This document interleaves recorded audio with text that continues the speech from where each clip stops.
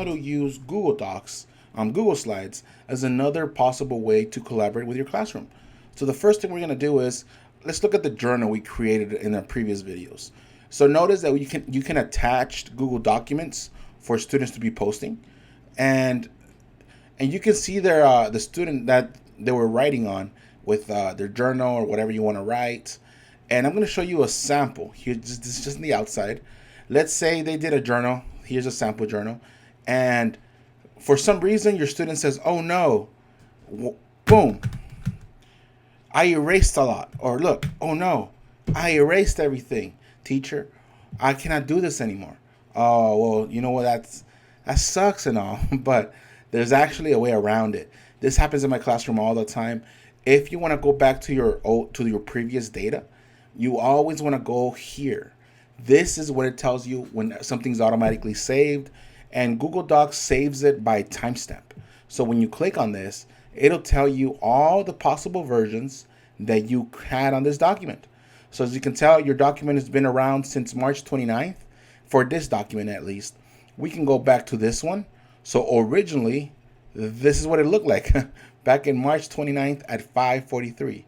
A couple of minutes later, I started adding things, and 3 hours later, you see how it's shaping up to be. It's going. So if you want to go back to its original format, this is a current one. Everything that is dashed is everything the student removed. So if you want to go back to the original, go to the second one to it, or you can even go, look at that. You can even go closer by minutes if you want to do a by minute basis, but you don't. You just want to go before all of this. You want to go to the second one, and you're going to click on restore, and it'll revert to March 30th, which was the last time this thing was edited. So if I do, there it is, and you can tell your student, hey, you're good to go. Don't worry about it. No need for deleting anymore. Keep doing your work.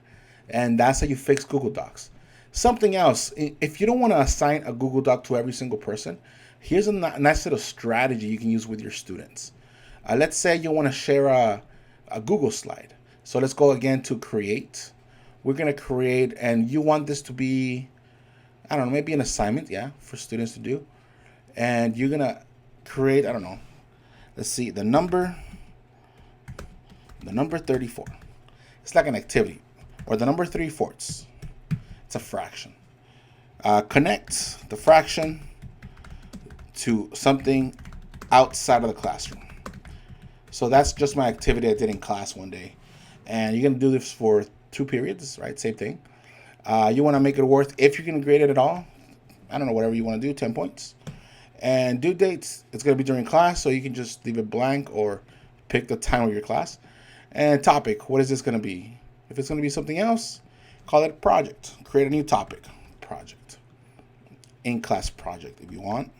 In-class project. There we go.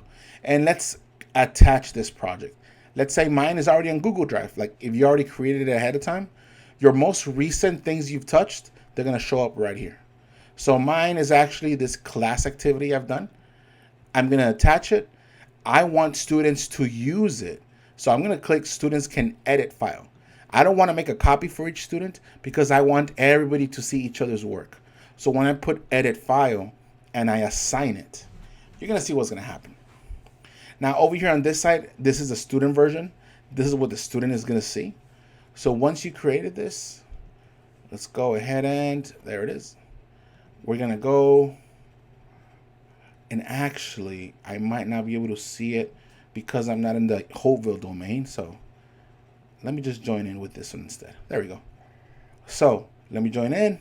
Period 1, Algebra 1. What is this? The number 3/4. So here's the document. Let's see what it says. And there it is. If I was a student, let's pretend these are all additions by my student, okay? By other students. If this was all empty, we'd have students pasting these things on the wall, on this wall. So how is the number 3/4 connected? This, like, the Warriors blew a 3-1 lead, so they lost 3/4, right? This is the fourth quarter, or quarter 4. They're losing. They're 3 out of in the fourth quarter. Or if it's quarter 3, it's 3 out of 4 quarters. One slice of pizza out of 4 slices. one girl out of 4 people, etc. So let's add our own. Let's say this person really likes the Lakers. And we're going to talk about Shaquille O'Neal. Now, Shaquille O'Neal, let's say we get a picture of Shaquille O'Neal, Lakers. Oh, what about this one? That's a nice one. So if they wanted to post this one, you could say copy image, and the student will go paste image. Look at that. And notice, when I paste it here, as a teacher, notice this is my teaching browser. If I were to check the link as a teacher, look what's going to be happening. Where is it? There it is. Notice that as a teacher, I see what my students are doing. And my students, look at this. I see it live. I see what my students are pasting, so I know what they're doing. Everything I'm supervising, everything's being, no one's playing around. And as they're pasting it on one side, you also see it as a teacher live. So everybody's seeing each other's work. And here's a comment some of my classmates did. And it's pretty fun out there how you can be as a class working together on the same material as well.